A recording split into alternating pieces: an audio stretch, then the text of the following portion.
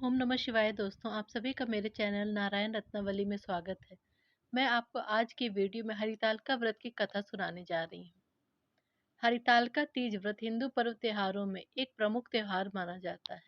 यह व्रत महिलाएं अपने अखंड सौभाग्य और सुहाग के लिए रखती हैं। इस दिन भगवान शिव और माता गौरी तथा गणेश जी की विधिवत पूजा की जाती है। इस व्रत को सबसे पहले माता पार्वती ने भगवान शंकर जी के लिए रखा था। इस व्रत को रखने से अखंड सौभाग्य मिलती है। पति पत्नी के रिश्ते अच्छे होते हैं। इस व्रत में पूरी तरह 24 घंटे तक निर्जला रहा जाता है। इस व्रत को करने से भगवान शंकर और माता गौरी का आशीर्वाद प्राप्त होता है। तो आइए सुनते हैं कथा। कैलाश पर्वत के शिखर पर बैठी हुई पार्वती जी कहती हैं, हे महेश्वर, हमें कोई ऐसा गुप्त व्रत या पूजन बताइए जो सब धर्मों में सरल हो और उसका फल अधिक मिले।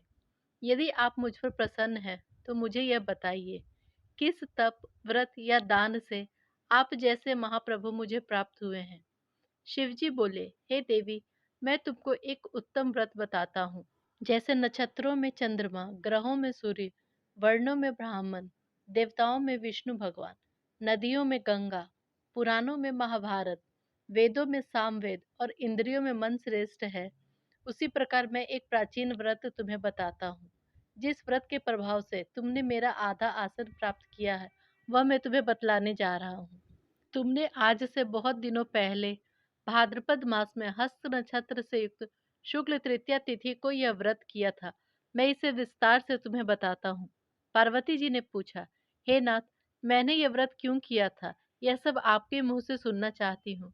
शिवजी बोले, भारतवर्ष के उत्तर की ओर एक बहुत ही रमणीक और पर्वतों में श्रेष्ठ हिमवान नामक एक पर्वत है।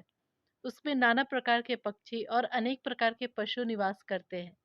वहां पहुंचकर गंधर्वों के साथ बहुत से देवता, सिद्ध चारण और पक्षीगण सर्वदा प्रसन्न मन से विचरते हैं।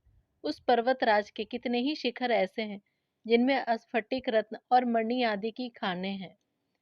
हे पार्वती, तुमने बाल्यकाल में उसी पर्वत पर तपस्या की थी।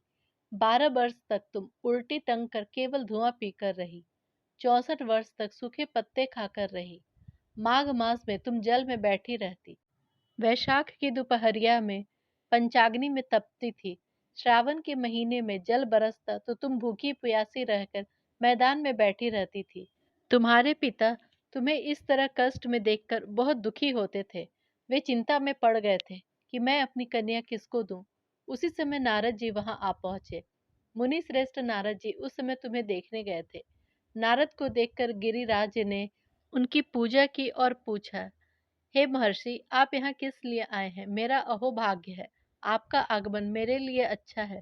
नारद जी ने कहा, हे पर्वतराज, विष्णु भगवान का भेजा हुआ मैं दूत हूँ, आपके पास आया हूँ। आपको यह कन्या रत्न किसी योग्य वर को दे देना चाहिए। भगवान विष्णु के समान योग्य वर और कहीं भी नहीं है। इसलिए मैं आपसे यही कहूंगा कि आप अपनी कन्या भगवान विष्णु को ही दे। हिमवान ने कहा, भगवान विष्णु स्वयं मेरी कन्या मांग रहे हैं और यह संदेश आप लेकर आए हैं, तो मैं उन्हें अपनी कन्या अवश्य दूंगा।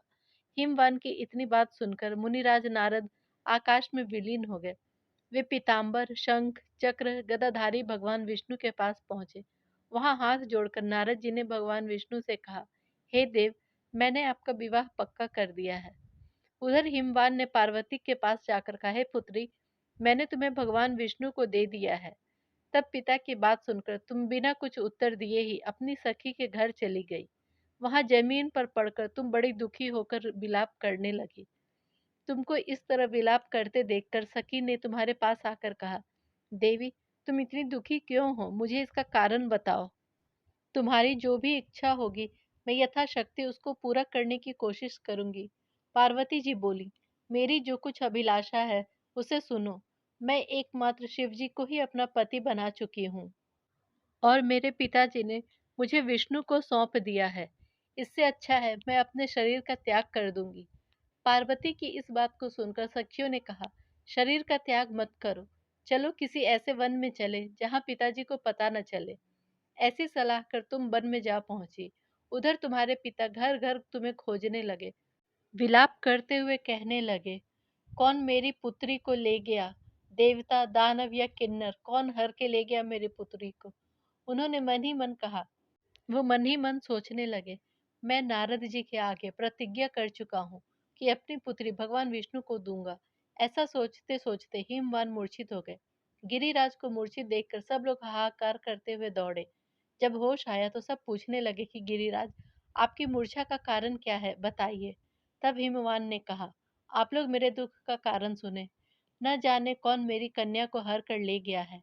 अगर ऐसा नहीं हुआ तो काले सांप ने उसे काट खाया होगा, या किसी दुष्ट ने मेरी पुत्री को मार डाला, या सिंह बाघ खा गए। मेरी बेटी कहाँ चली गई? ऐसा कहकर वे कांपने लगे। इसके बाद हिमवंत में वन वन खोजने लगे। वह वन भी सिंह, भालू आदि हिंसक पशुओं से भरा हुआ था। तुम भी अपनी सखी के साथ उस भयानक वन में चलती चलती एक ऐसी जगह आ पहुंची जहां एक नदी बह रही थी। उस तट पर एक बड़ी सी गुफा थी। तुमने उसी गुफा का आश्रय लिया और मेरी एक बालुकामयी प्रतिमा बनाकर अपनी सखी के साथ निराहार रहकर मेरी पूजा करने लगी। जब भाद्रपद शुक्ल पक्ष की हस्तयुक्त तृतीया तिथि आई, तब तुमने मेरा विधिवत पूजन किया और रात भर जागकर गीत वाद्य आदि से मुझे प्रसन्न करने में बिताया। उस व्रत के प्रभाव से मेरा आसन डगमगा उठा। फिर मैं तुरंत ही उस स्थान पर जा पहुंचा जहाँ की तुम अपनी सखी के साथ रहती थी। वहां पहुंचकर मैंने तुमसे कहा कि मैं तुम पर प्रसन्न हूँ। बोलो, तुम क्या चाहती हो? तुमने कहा, यदि आप मेरे ऊपर प्रसन्न हैं तो आप मेरे पति बने। मेरे तथास्तु कहकर कैलाश पर्वत पर वापस आने पर तुमने वह प्रतिमा नदी में प्रवाहित कर दी और सखी के साथ उस महाव्रत का पालन किया। तुम्हारे पिता हिमवान भी तुम्हें खोजते खोजते उस वन में तब तक आ पहुंचे। चारों दिशाओं में तुम्हारी खोज करते करते वे काफी व्याकुल हो चुके थे, इसलिए तुम्हारे आश्रम के समीप पहुंचते ही गिर पड़े।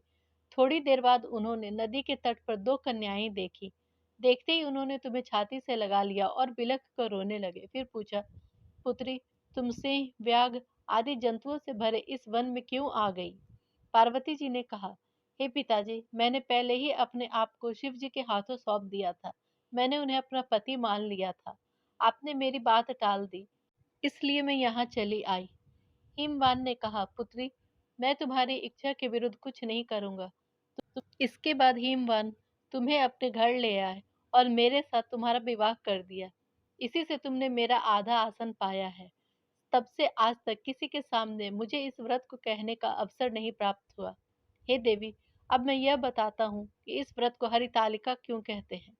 तुम्हें तुम्हारी सखियां हर कर ले गई थी, इसी से इस व्रत का नाम हरितालिका पड़ा।